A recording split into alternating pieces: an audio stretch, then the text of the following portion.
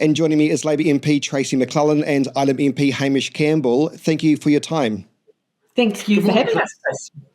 Tracey, let's start with the private or public-private partnerships. Tracey, you said yesterday in a media statement, and I quote, "The National Party thinks PPPs are the solution to all problems, but they often end up costing us more. This isn't how we would have gone about it." Can you elaborate on exactly what you mean by that? Well, fundamentally, Chris, we believe that public institutions, core public infrastructure should be owned by the public. And it doesn't matter how you finance it, whether it's through a PPP or not. The taxpayer always funds it. And so it's got to be a good deal for taxpayers. And we're yet to see the details on the prison example, if that's what you're talking about, Christchurch Men's Prison. We don't know the details. It may end up costing taxpayers a lot more in the long run.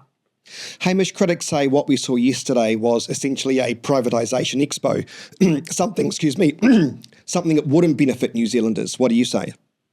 Oh, look, I think we need capital in New Zealand. We need more investment so we can actually build the infrastructure that we need, and that's good for jobs. It means that we're going to be building more and actually kind of getting our country moving again, and I think it's kind of quite an important part. So I'm confused. Explain it to me then, Hamish. How does this actually work?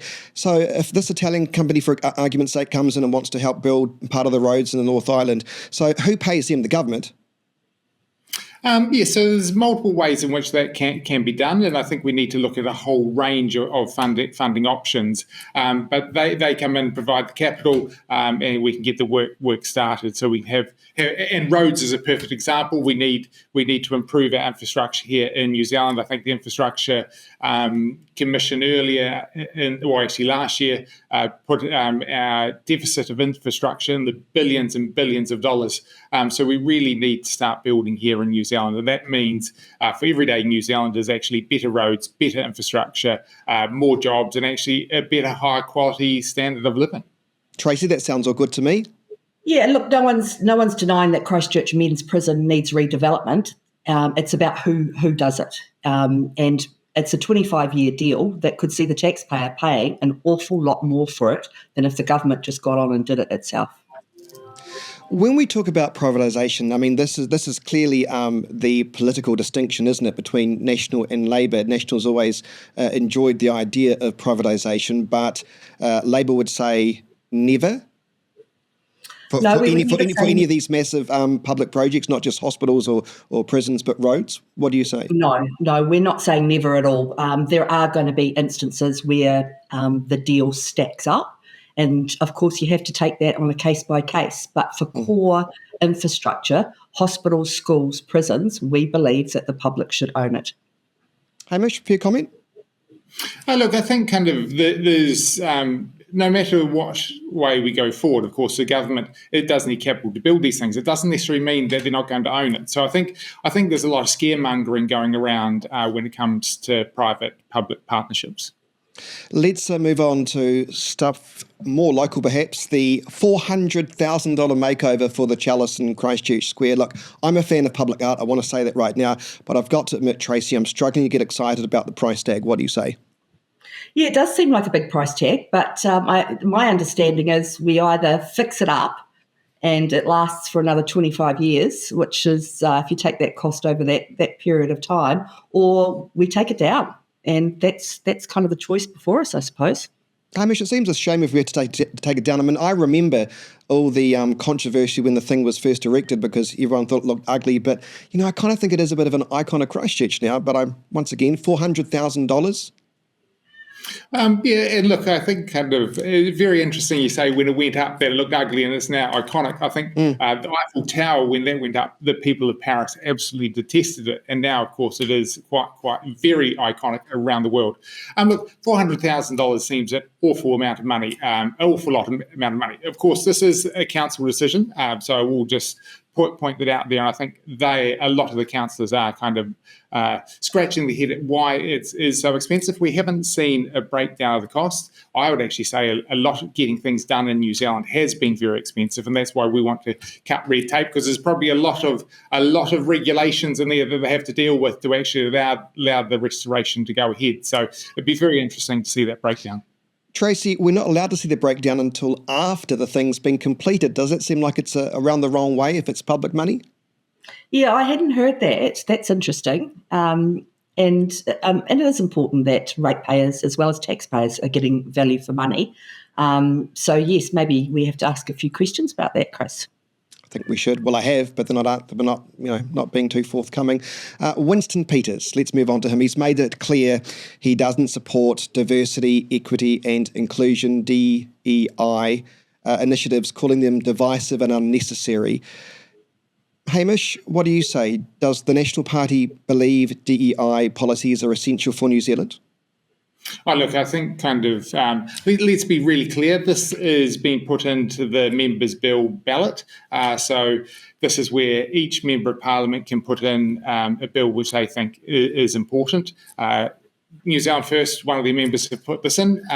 We as a caucus haven't really discussed it since it's not even really on the table. But I think kind of what we need to do is make sure that we can actually grow our economy. So everybody, there's great opportunities for everybody. Oh, that was a pivot. I hope you heard one. And I think I've said on the show, Chris, I believe that no one should be discriminated based on their gender, their sexuality, their religion, their race. We shouldn't have discrimination, and we shouldn't stand for discrimination.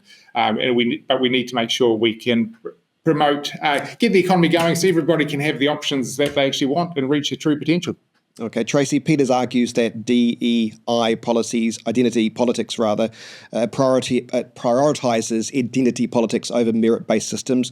Do you think his stance undermines efforts to create a more inclusive society, or is there room for debate on these policies that are being implemented? Look, I think it's a stunt to start with. I agree with Hamish that there's much more important things that we should be talking about. It is a stump. It's Peters trying to be Trumpian in an attempt to sort of win votes and appease a small sector of the country. And let's face it, there are such things as systemic barriers. You know, as human beings, we tend to gravitate towards people and see people in a much more positive light who are like us. So, bearing that in mind, of course, we should always be making efforts to make sure that all people are included.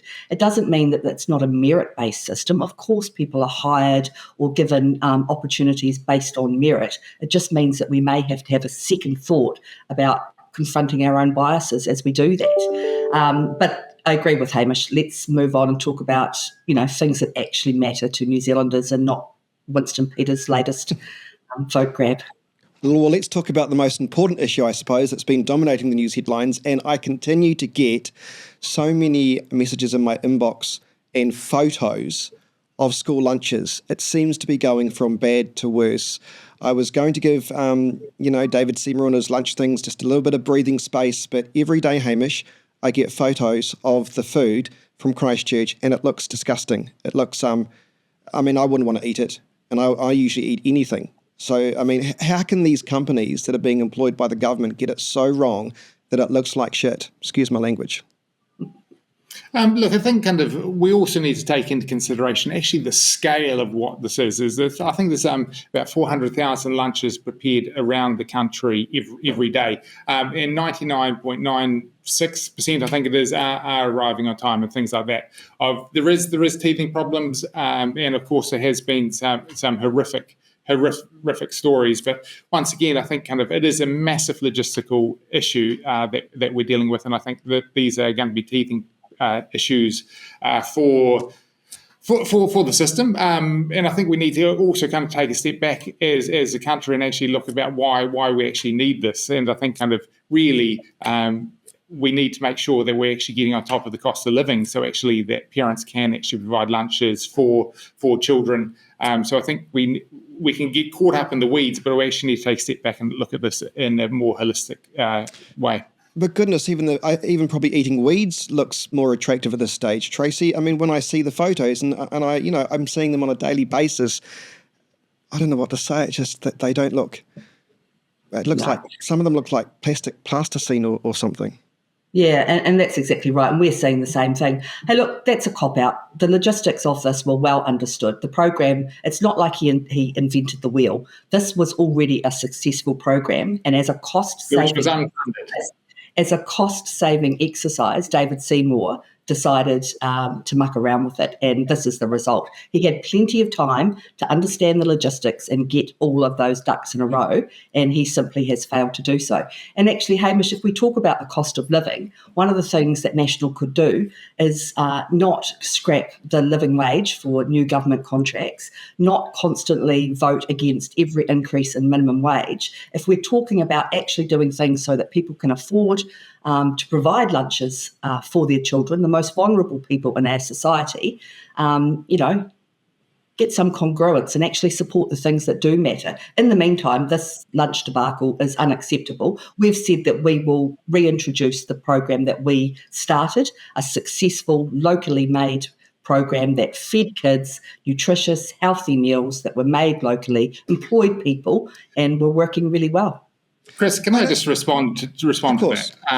Look, this was an unfunded program. We've taken it over. We've funded it. We've extended it. And getting back to kind of the cost of living crisis, under the previous government, rents on average went up $170 a week. So if you do the calculations per work day or per school day, that is about $38 that the policies of the previous government took out of people's back pockets. That would go a long way to actually funding it. You could argue over $1 here or there per week, but actually that's been a huge impact on everyday Kiwis.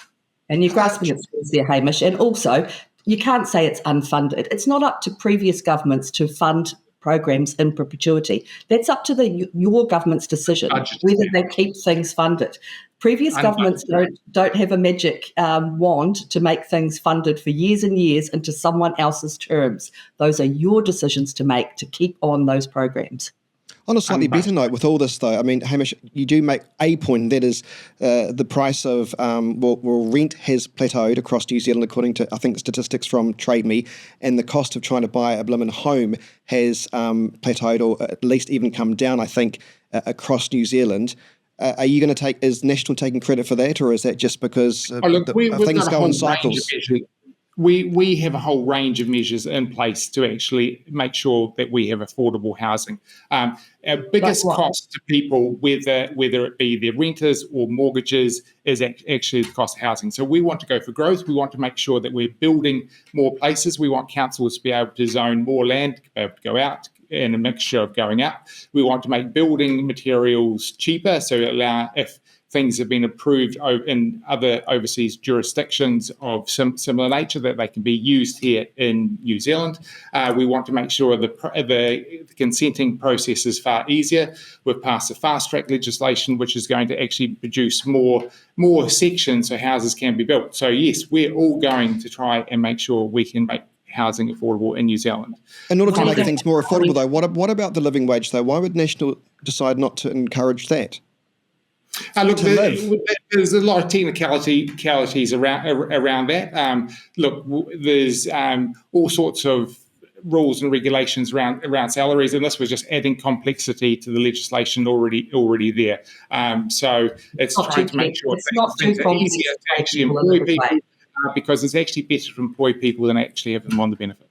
Tracey, I'll give you the last say. It is not too complex to pay people the living wage. That is a choice that the government is making, and it's the wrong choice. Labour MP Tracey McLellan and Ilam MP Hamish Campbell, thank you very much for a spirited conversation. Have a great weekend.